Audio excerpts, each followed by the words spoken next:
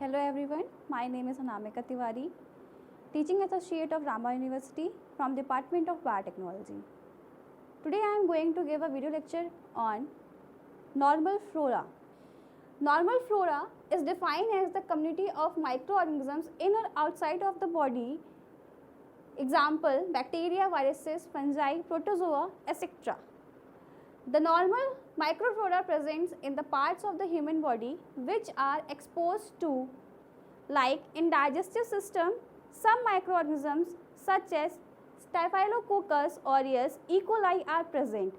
Digestive tract, we can take the mouth, nose and nasophagus. In these digestive tract organ, some sort of microorganisms are present before the birth or after the birth. So normal microflora includes three types of organisms such as symbiotins, communals and opportunists. We can say that symbiotins are mutually beneficial. Like in the human body, symbiotins are mutually beneficial, such as we can take the example of E. coli. E. coli is somehow harmful and somehow is benefited in our human body.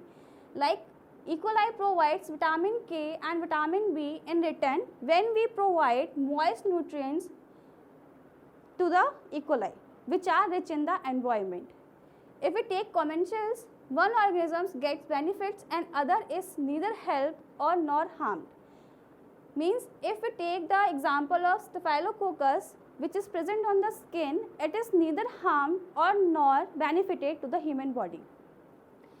Next we take that opportunities, under the normal condition they do not cause disease, but when the suitable opportunity arises they become pathogenic. Means if we take the example of E. coli, in somehow it is good for the human body, but after when it get the certain environment or certain nutrient, it get harmful.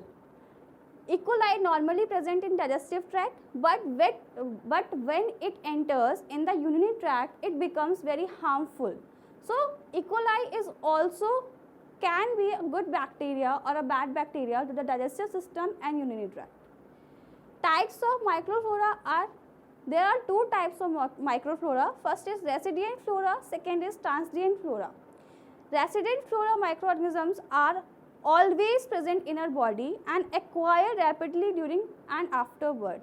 Means they take the time before the birth and after the birth to grow, but at the certain time of period they dismantle themselves.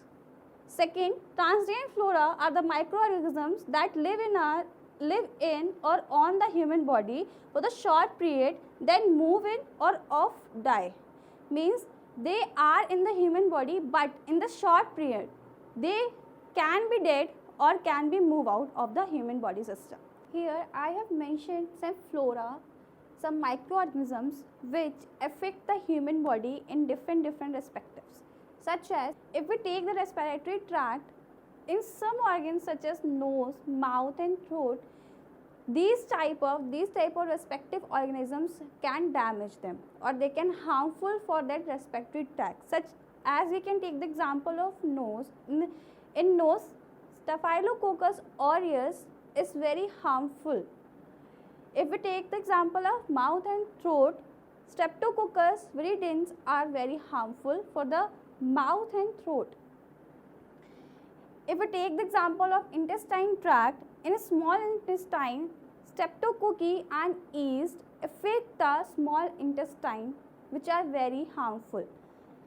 In colon, E. coli and bacterioids are very harmful, which affect or can damage that organ. If we take the skin, example of skin, Staphylococcus aureus, Corynebacterium, Pseudomonas aeruginosa and yeast are present in the skin, which are harmful for the skin or can damage the skin.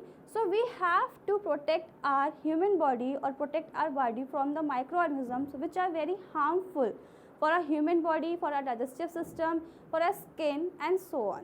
Now we will discuss about the roles of normal flora. As we know that there are two types of normal flora. First is resident and transient flora. So how these flora are harmful or what are the roles of there in the human body, we will see it here. So as we know that transient is very harmful for our human body. So if we take the example of transient flora, the transient flora are somehow beneficial and harmful also to the human body. Beneficial means they are in beneficial role they are protective, host defense mechanism, and in second we can say that they can provide vitamins to our human body. Vitamins like vitamin K and vitamin B, which is produced by the E. coli, and E. coli is present in the digestive system of the human body. So when E. coli releases vitamin K and vitamin B, so vitamin K is helpful in the blood clotting process and vitamin B is helpful in catabolism, and in the return the human body gives E. coli the environmental condition which is helpful for the E. coli. If we take the example of harmful role, so harmful role is in immunocompromised individual which causes diseases. Like if the person doesn't have the good immunity system, so the microorganisms present in the immunity system will affect or will cause the disease of that particular person. When they change their usual atomical location, causes diseases. Like if we take the example of E. coli, if E. coli is present, as we know that E. coli is present in the digestive tract of the human body, but if it changes its anatomical location, if it goes from digestive system to urinary tract, it becomes harmful and can cause disease to the human body. So somehow microorganisms are good for human body and somehow microorganisms are not good for human body. That's all for today. Thank you so much.